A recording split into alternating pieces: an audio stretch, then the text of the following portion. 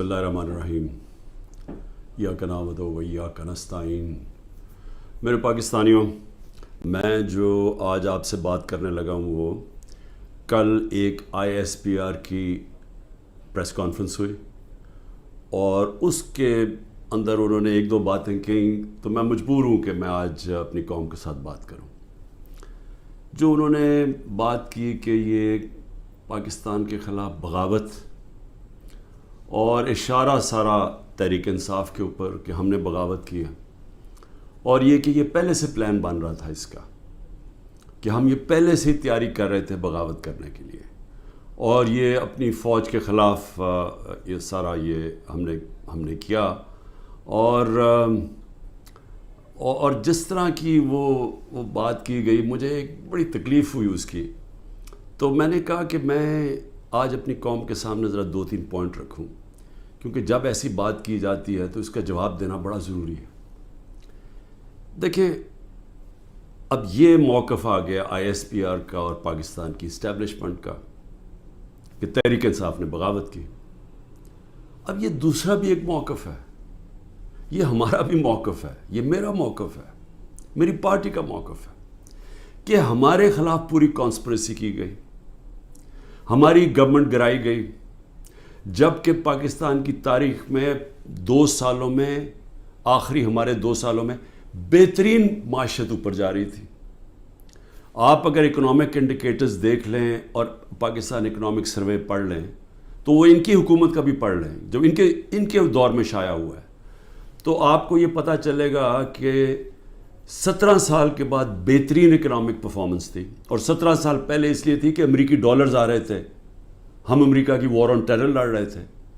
یہ امریکی ڈالرز آنے کے بغیر باوجود یہ اکانومی بڑھ رہی تھی، انڈسٹری بڑھ رہی تھی، ریکارڈ گروتھ ہو رہی تھی، اور اس کے باوجود کہ 2 سال کرونا میں ساری دنیا میں ایک بہت بڑا زوال آیا ہوا تھا، اس کے باوجود اللہ کا کرم کہ ہم نے اپنی معیشت کو بھی بچایا، ہم نے اپنے لوگوں کو بھی بچایا۔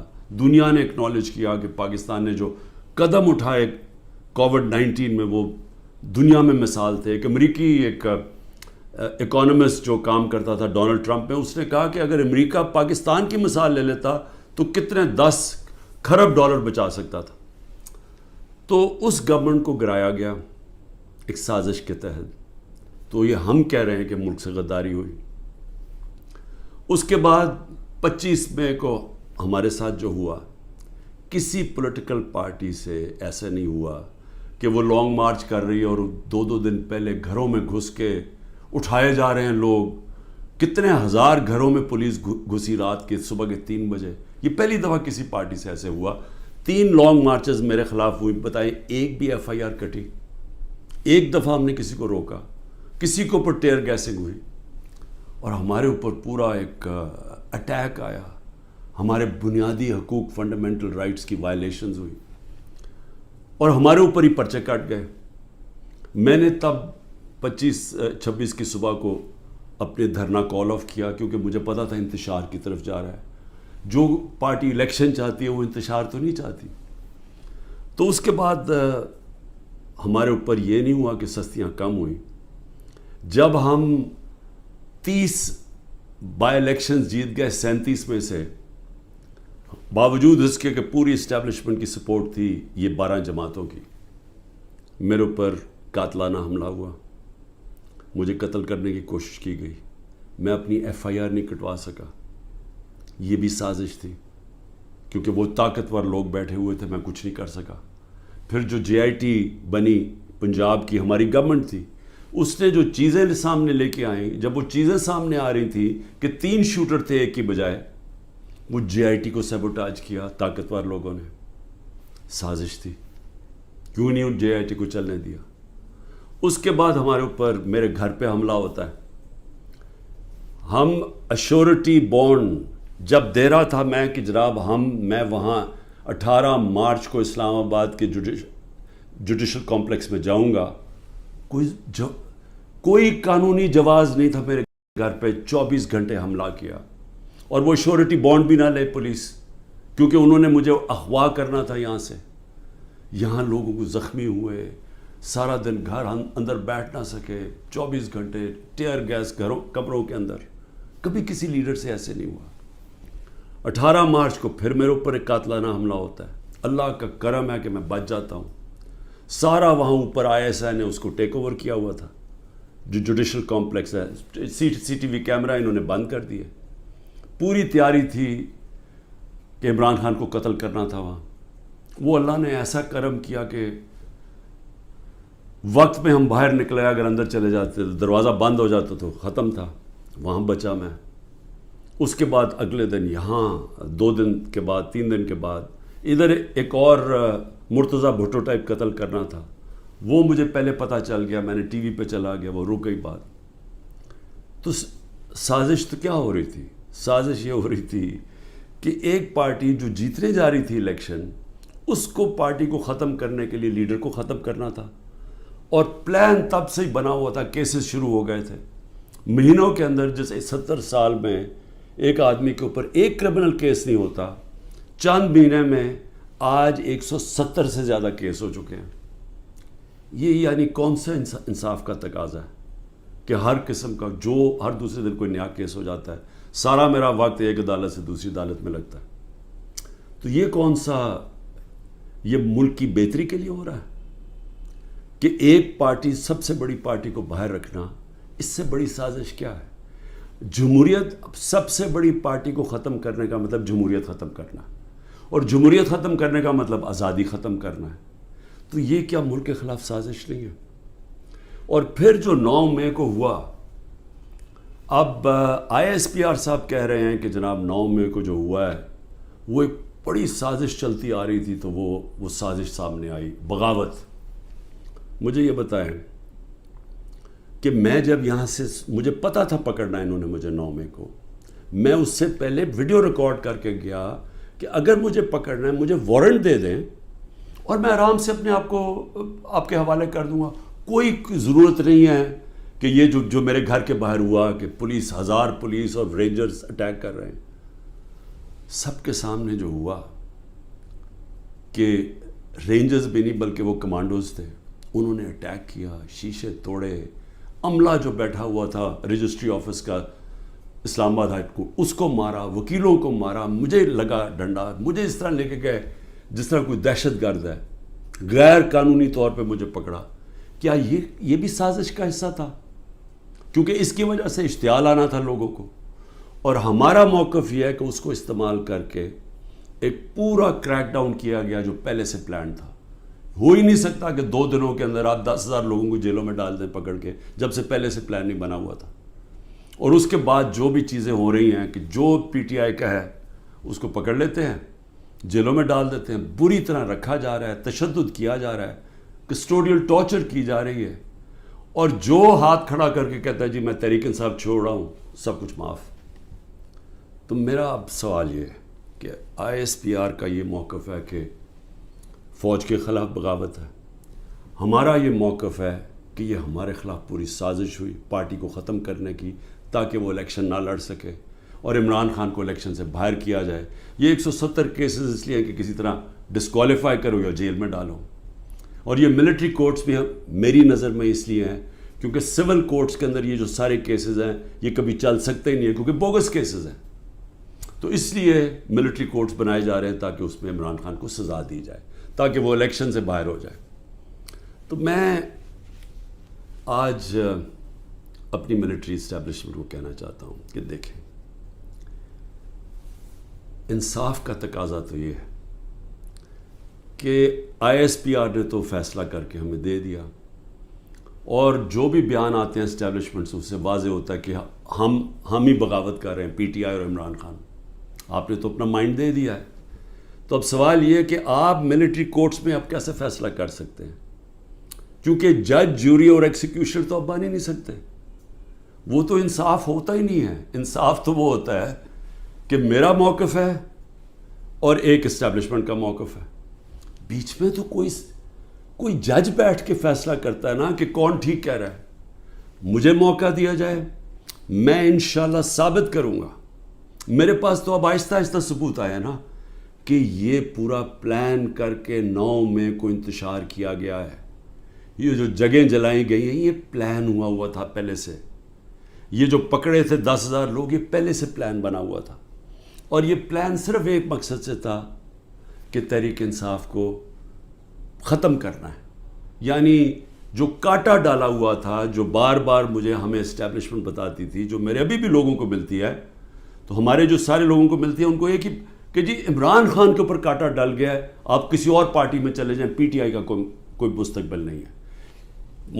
پہلے تو ان کی بزنسز بھی بند کرتے ہیں، گھر بھی توڑتے ہیں، سب کچھ، لیکن ساتھ پھر یہ مایوس بھی کر دیتے کہ جی عمران خان کا تو کوئی چانس ہی نہیں ہے. تو بڑے رسپیکٹفلی میں کہنا چاہتا ہوں کہ ایک یہ عدالت میں کیس چلنا چاہیے اور اوپن ٹرائل ہونی چاہیے. میری ایک اور ریکویسٹ ہے، یہ ٹیلی وائز ہونی چاہیے ٹرائل، کیونکہ ایک ملک کے خلاف اگر بغاوت ہے تو یہ کوئی چھوٹی چیز نہیں ہے. تو یہ چھپا کے نہیں ہونی چاہیے، پبلک میں ہونی چاہیے. سارے جو آپ کہتے ہیں کہ آپ کے پاس ثبوت ہیں آپ لے کے آئیں، جو میرے پاس ثبوت ہے وہ ہم لے کے آتے ہیں، قوم کے سامنے رکھیں. کیونکہ اگر اپنی فوج کے خلاف کوئی بغاوت کرتا ہے اس کو سزا ملنی چاہیے. میری طرح کا آدمی جو فیصلہ ساری باہر 20 سال باہر کمائی کی، سب کچھ بیچ کے آج میرا پاکستان میں، میرا ایک پیسہ پاکستان سے باہر نہیں ہے. تو مجھے اگر غدار کہا جا رہا ہے تو مجھے موقع ملنا چاہیے اپنے آپ کو بے قصور ثابت کرنے کا پبلکلی. اور دوسری طرف جن لوگوں کو آج اوپر بٹھایا گیا ہے، جو سارے آج دبئی بیٹھے ہیں، پاکستان کے فیصلے دبئی میں ہو رہے ہیں. مجھے یہ آج بتا دیں کہ کبھی سنا ہے نریندر مودی جا کے کسی اور ملک کے اندر اپنے وزیروں کو بٹھا کے فیصلے کر رہا ہے؟ کبھی سنا ہے کہ برطانیہ کا پرائم منسٹر جا کے یورپ میں بیٹھا ہوا یا یورپین پرائم منسٹرز کہیں اور جا کے کر رہے ہیں؟ کبھی دنیا میں سنا ہی ہے؟ یہ ملک سے مذاق کیا ہو رہا ہے کہ جن لوگوں کا اسٹیک ہی پاکستان میں نہیں ہے، ان کی دبئی میں بڑی بڑی پراپرٹیز ہیں، لنڈن میں بڑی پراپرٹیز ہیں. اور یہ مجھے کس نے بتایا ہے؟ یہ ہماری ISI نے ہمیں بتایا ہے. یہ نیب کے جو پہلے چیئرمین تھے جنرل امجد، انہوں نے مجھے آج سے 20 سال پہلے 23 سال پہلے پوری بریفنگ دی کہ ان کی کتنی پراپرٹیز ہیں ملک سے باہر. یہ سارا وقت ہمیں کدھر سے انفارمیشن آتی تھی؟ کیونکہ ISI کے پاس انفارمیشن ہوتی تھی، ادھر سے ہمیں انفارمیشن ملتی تھی کہ ان کی کتنی پراپرٹیز باہر ہیں، انہوں نے کتنا پیسہ کیا، فلانی ڈیل سے کتنا پیسہ کمایا.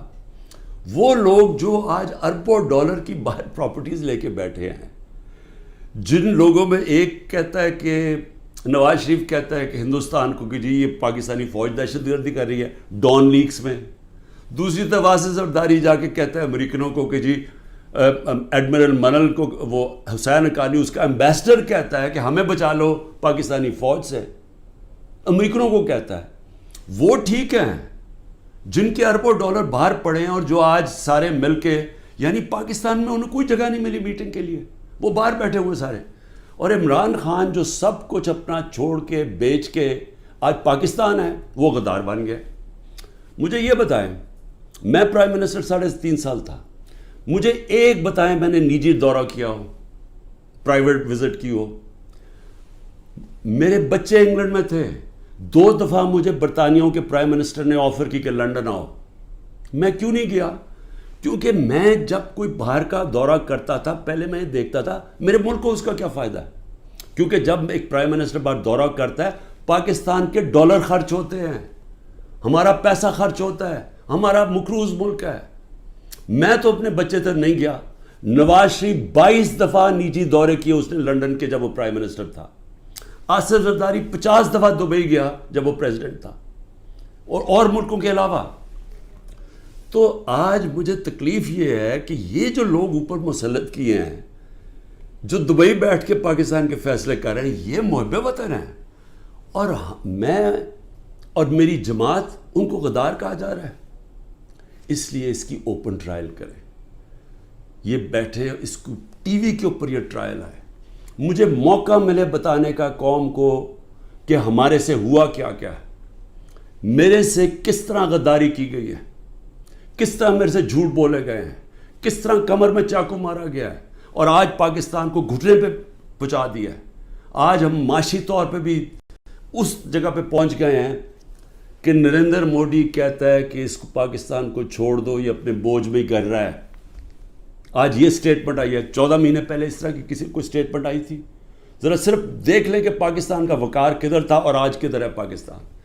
جتنی انہوں نے خدمت کی امریکہ کی, یہ فورن منسٹر نے اچھی اچھی انگریزی بول کے اور پتہ نہیں اربوں روپے کے دورے کر کے, اور اوپر سے شہباز شریف سارا وقت دورے کر رہا ہے باہر.